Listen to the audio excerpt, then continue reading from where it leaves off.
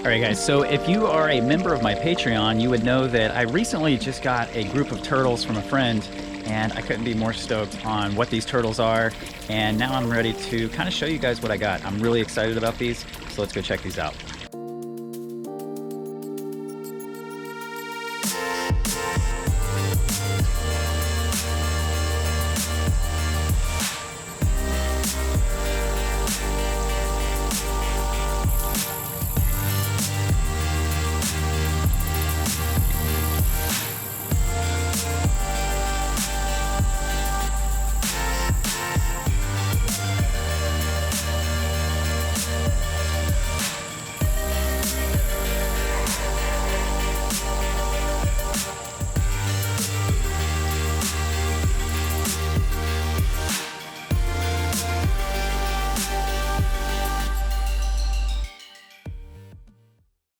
So in here there's one of them now.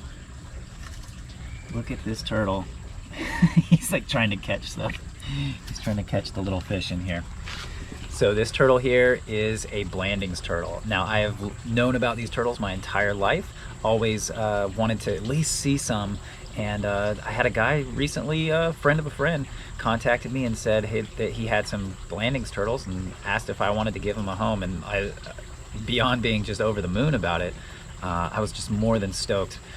Couldn't believe that I even had a chance to work with these turtles. And as you can see, they're so cool looking. Like, I'm a big fan of the spotted turtles as well. And in my state, I have to have a permit to have spotted turtles. And in the Blandings turtles range, they're endangered and threatened. And so you can't have them in their range. But here in Georgia, I can have Blandings turtles, and they're just so cool.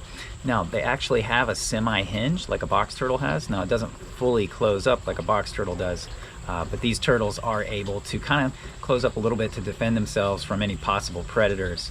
And they have like a very long neck. They're often called the American snake neck.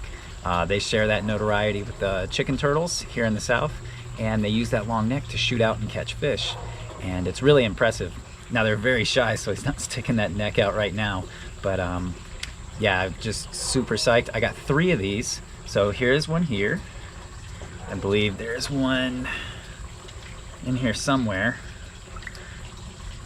We'll set this guy. Just set that guy right there. And so for right now, they're in this long 50-gallon Rubbermaid. This is a temporary setup. I'm actually gonna take this entire Rubbermaid and I'm gonna bring it to the backyard, and I'm gonna do an enclosure where this is sunk into the ground so they have a land and water area.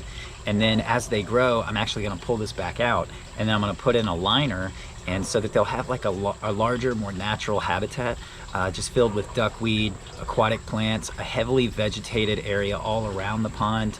That's kind of the goal, is to kind of create a completely natural environment for these guys. And one of the things that I'm really excited about with them is they're so cold hardy. These turtles live up around the Great Lakes and into Canada, and up there they have brutal winters, especially compared to what I have down here in the South. So luckily it does get cold enough here for these guys to do well outside. The main thing is keeping them away from the direct heat.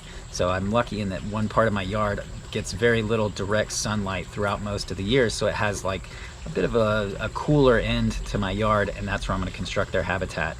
So really psyched on this, and let's look at some more Blandings turtles.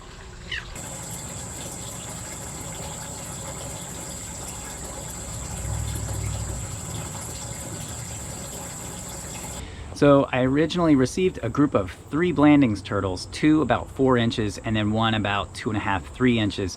And I was advised by the guy that sent it to kind of keep them separate because they are aggressive feeders and they can nip at each other. So for right now, I have the smaller one here in this juvenile snapping turtle setup that I made, because the turtles will all get along and there won't be much crossover as far as habitat use and feeding, because the Blandings are going to kind of stay more towards the surface and the baby snapping turtles stay towards the bottom. That said, you always want to monitor them. All right, so this right here is the smallest Blandings that I received, and this guy is so light in color, has such a super nice yellow, bright little eyes, and it's just a very outgoing and funny little turtle. These guys have such little personalities. They're very curious about everything, and just a joy to kind of watch them interact with their environment. and kind of go around. And this guy has like definite habits. He definitely seems to like to bask at a certain time of day and then spend the rest of the time chasing around little guppies and shrimp and stuff like that. And it's just really cool to be able to see something that to me was almost foreign. You know, this was almost like something from another country to me, because I had never even had a chance to see Blandings turtles before. And now getting to work with these guys, I'm just more than excited. I'm super stoked to get the chance to work with these guys, and especially ones just as pretty as these. It's just it's surreal, really. You know, there are turtle keepers out there that, you know, aren't interested in money, and they just want to do the best for the turtles, and that's the kind of people that I like to associate myself with. And it's really cool, and I like that idea of kind of trading turtles to kind of send them to places where they're going to do well. And that's kind of what we've done here. So this is the little Blandings turtle. Now these guys will get bigger. They get up to about 8 or 9 inches. They can be about the size of a Gulf Coast box turtle or a wood turtle. And like I said, very cold hardy. And the sad thing is they are just under threat in most of their range due to habitat loss, because they do like wetland habitats, the type that you see filled with duckweed and lily pads.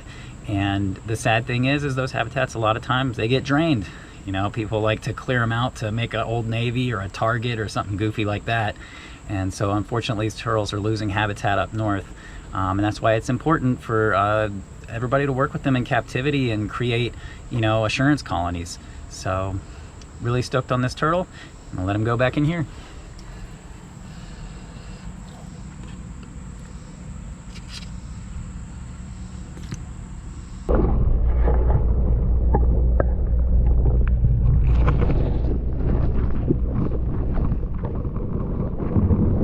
Alright, so down here in this shaded area, this is where I'm going to be setting up the Blandings turtles, and possibly in the future maybe even some American wood turtles. But what I'm going to do is I'm going to use this very slight grade to create some wetlands coming down this hill and utilize all of this shade so that during the summer they don't get too hot, and then during the winter it stays cool and gives them the winter that they actually need, that we don't really get here in the south.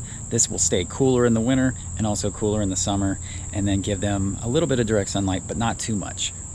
First load of cinder blocks for the walls for the Blandings enclosure, so that'll be fun. Probably cover that build and do like a how-to when I build that enclosure. It's going to be ultra simple. It's basically moving that tub into that area and then building the walls around it and planting it. But it should be a fun build and something simple that, you know, you can replicate at your own place. All right, and again, just like every turtle I keep, you know, I'm not going to be satisfied until I actually go and see them in their wild habitat, so that I actually have a better grasp on what they need and what the best way to care for them is going to be. So hopefully sometime this year, hopefully before Christmas and the holidays, I'll actually make a trip up north and go visit some Blandings turtle habitat and maybe meet some local experts on the species and get to check out just, you know, the way that they live. So yeah, I think it's really important with any species to familiarize yourself with the way they live in the wild, and it's only going to help you care for them better. All right, so these are 2 of the 4-inch Blandings turtles, and as you can see, they have that, you know, signature pattern on the plastron that looks very similar to the wood turtle, and they're just solid as a tank. They're very, very shy though. Ever since I got them, they pretty much, if you pick them up, they're going to hang out in their shell. The smaller one does seem to be a bit more outgoing. When you pick them up, you actually will kind of move around in your hand. But these guys are very shy, and I'm in no rush to make them do anything that's not in their comfort zone. But I am enjoying them. They're just so pretty, and if you look at that shell, it's so reminiscent of like a spotted turtle, but also like a European pond turtle.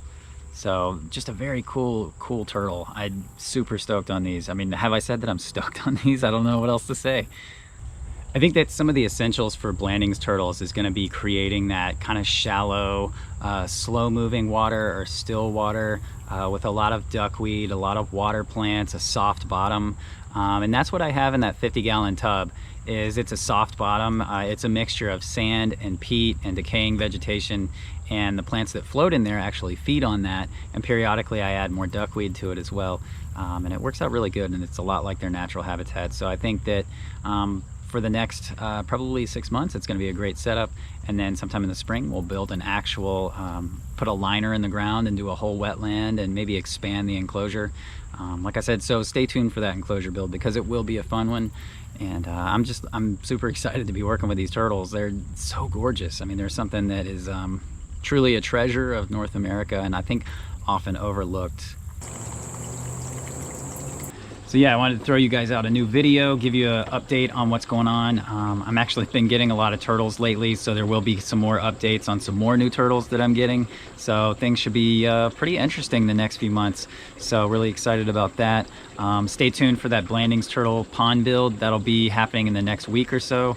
I got all the bricks and all the materials, and now it's just time to break my back building it. So thank you guys for watching this video. Leave a comment down below if you're interested in joining my Patreon. There's a link down to my Patreon below. I do exclusive updates on there, and keep it real, man. I hope everybody's having a good summer. Hope everybody's getting ready for fall. That's always a fun time as well. So I'll catch you guys later, and